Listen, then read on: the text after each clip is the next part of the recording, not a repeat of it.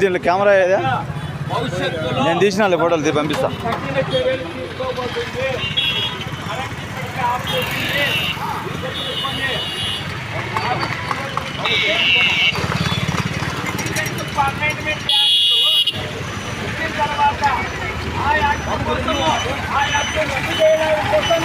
కాంగ్రెస్లో ఉండే హిందువులు, వైసీపీలో ఉండే హిందువులు, తెలుగుదేశంలో ఉండే హిందువులు, రాజకీయ నాయకులు అందరూ ఆ చట్టాన్ని వద్దన్నారు.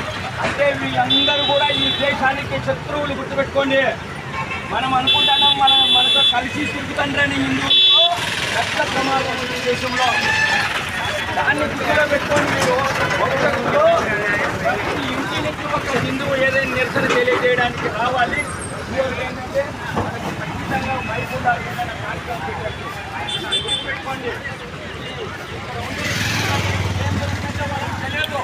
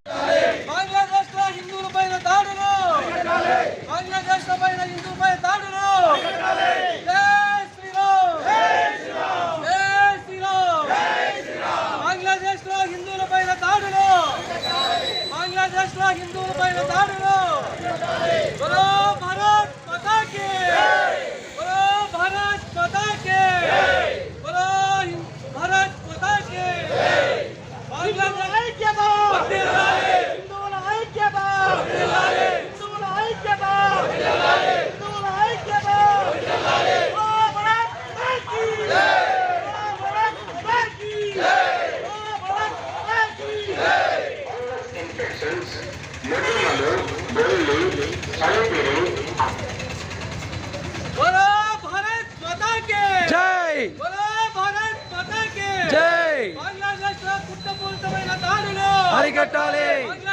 హిందువులపైన కుట్రపూరితమైన దాడులు అక్కడ హిందువులను రక్షించాలి, రక్షించాలి, హిందువులను రక్షించాలి, హిందువులను రక్షించాలి.